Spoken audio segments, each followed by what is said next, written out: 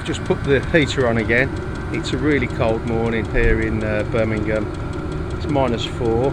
It's the first of the cold frosty weather, so I'm glad that I got the heater going ready for this. I topped it up with diesel, give the battery a charge.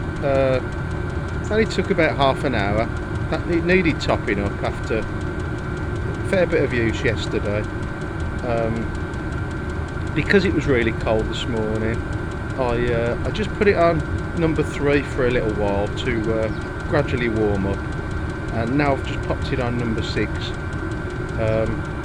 Yeah, gonna enjoy the benefits of it on this cold day.